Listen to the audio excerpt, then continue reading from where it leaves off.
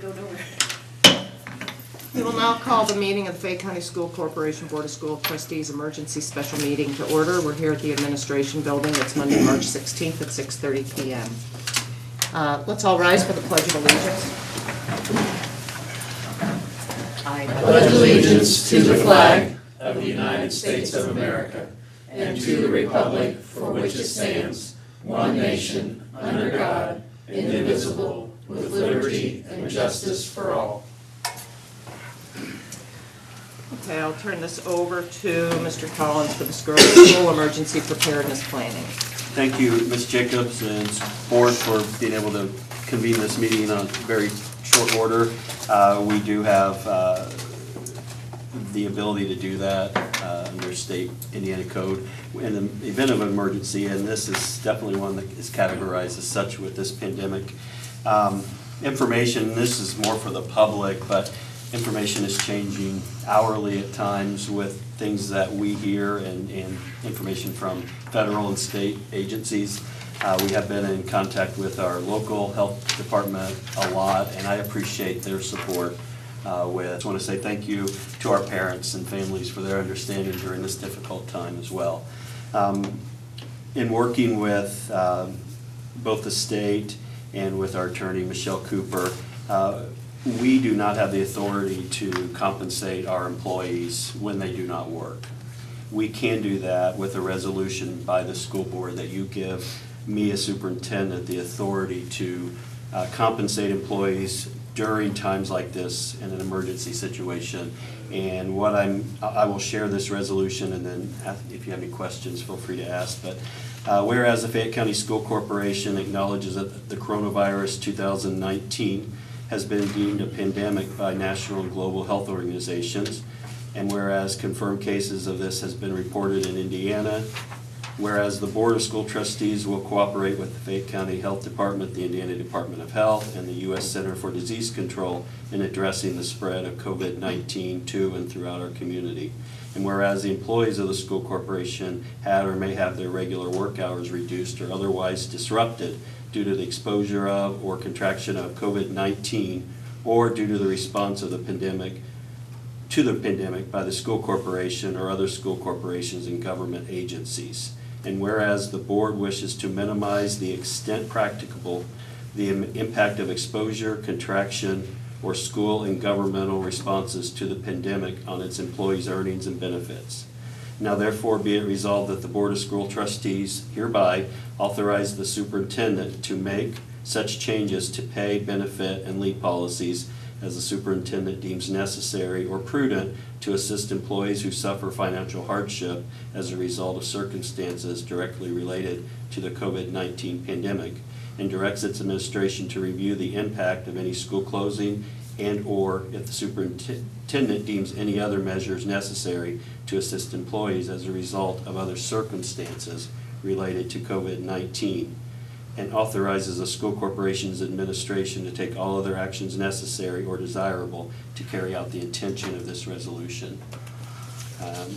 In working with our attorney, what this does is this gives us the authority to look at our staff who we will not be bringing into the buildings for safety reasons. And with the latest information from the president this afternoon, it's moved from 250 to 50 to 10 in a day's time with how many people should be together. So we actually have a little more than 10, but I will not tell on that. But so what, our initial plans have been, we brought our employees in today.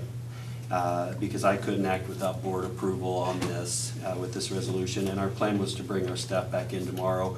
Our teachers and staff have been working to get some resources for parents that we can make available both electronically or times when the school principal and secretary will be there to pick up items. They will not be entering the buildings, having free access. Guests won't, but they can come into the front lobby. So we want to continue to be able to offer that to our parents this week as we've advertised with them. But we are going to begin limiting the personnel to essential people in our buildings. I would like to start that tomorrow. And that would include our maintenance, custodial staff, some secretarial staff, and our administration. So we're moving that way now, even based on information that came this afternoon from the president. So we want to do our best to comply with those directions and do our best to keep our employees safe. And we also have to keep our operations functioning as well. So I'm presenting this resolution to you for your consideration for approval, where for those employees who lose, who are not able to work, would be compensated at their regular rate during this time. And if it extends beyond the time we're off now, which is until April 13th, then this would cover us for an extended time beyond that too. For all employees? No employee will lose, but we will have some who will be required to work. Right. But they would receive their compensation because of this, yes.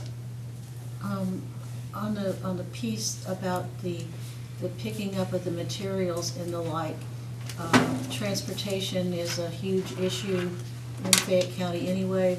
How are we going to handle the children whose parents simply do not have the wherewithal to get to the school, to get the stuff, and who do not have the capability for the e-learning component?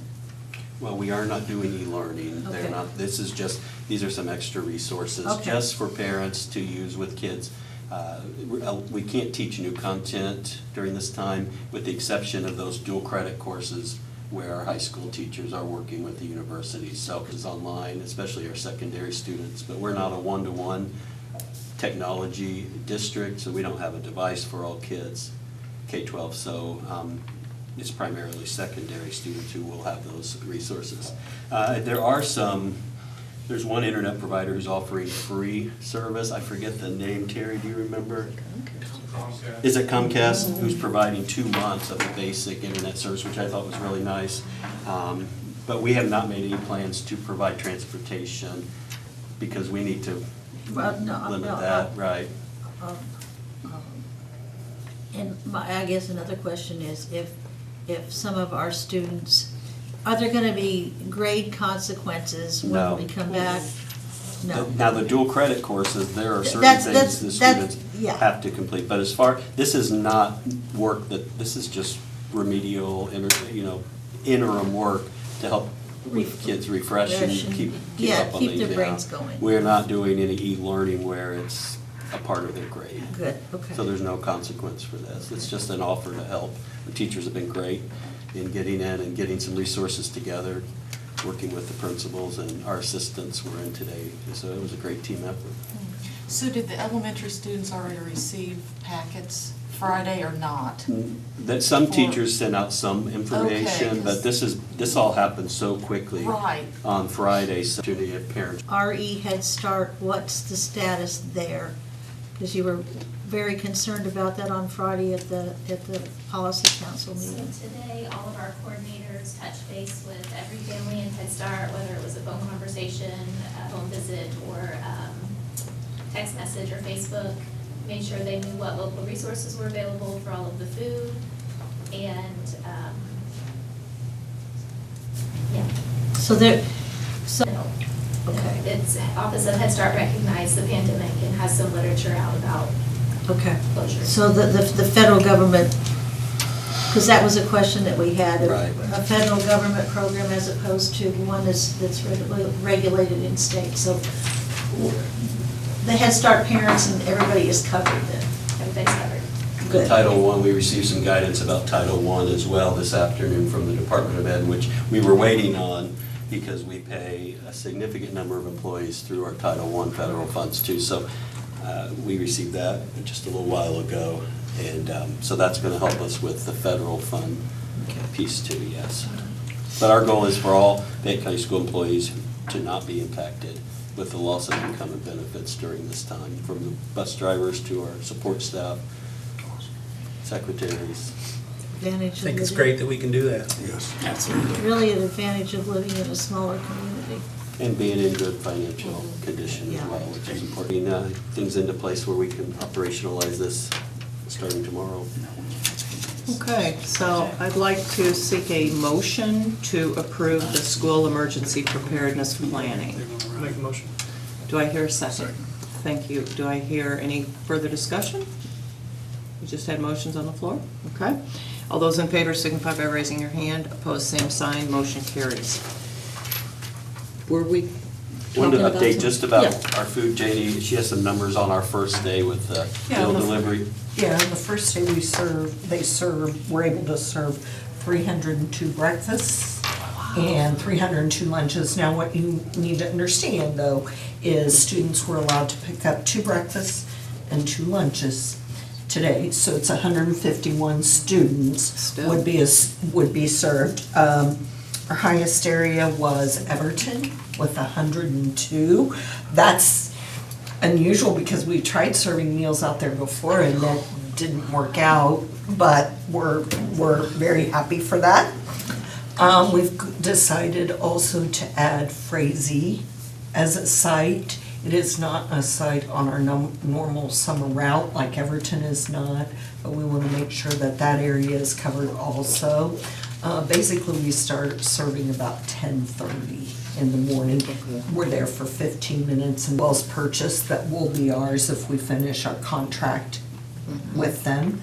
So the staff went out with the van and Charlie followed behind to help serve, and then when they were getting low on meals and milk, he went back and restocked them. So Rachel said there were no problems. On Thursday, the pantry at Maplewood, in conversation with Gleaners, that will be a, drive-through or grab and go. We will have, the items will be sacked up and available for the parents to keep them from entering and commingling. It'll just be, we'll fill the sacks and make them available for them. So on Wednesday, students will be able to pick up 3 breakfasts and 3 lunches.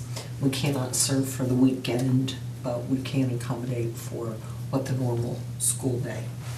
So days would they be. will have food available for all 5 days. Yes, breakfast and lunch. Breakfast and lunch. Yeah. Well, meals, that's, Yeah. So we're gonna continue to try to do our part to help support our families, our kids, as much as we can. And I appreciate the newspaper and local, news, anyone who can help get the word out about our, delivery times and pickup times at each of the 8 locations now, I think, Jane? We had it Frazee. 7? So we'll be back out Wednesday morning, Monday and Wednesdays. Okay. And it We're starts planning on at- doing this right through the 13th? yes, and beyond if we need to. Yeah, if we need to. Good. But, yes. The pantry, will make food available this Thursday, and then I believe after that it'll be on Fridays. If we have food available, we'll offer it through a drive-through system. But, if we're out, we don't anticipate being restocked at this point in time. Well, thank you. This is uncharted territory. I was at a meeting with Dr. McCormick, our state superintendent down in Seymour, with the southern superintendents, and, that's what she said. This is uncharted territory for everyone, and, we're all trying to do our best to keep our folks safe, keep our kids safe, and, and so far, everybody's been very cooperative and supportive, and I appreciate that. So it's challenging times for our country, and we're not through it by far. So that's all I have. Thank you. All right, I would like to seek a motion to adjourn. Thanks, Chris. Do I hear a second? I'll second. All those in favor signify by raising your hand. Motion carries. We are adjourned.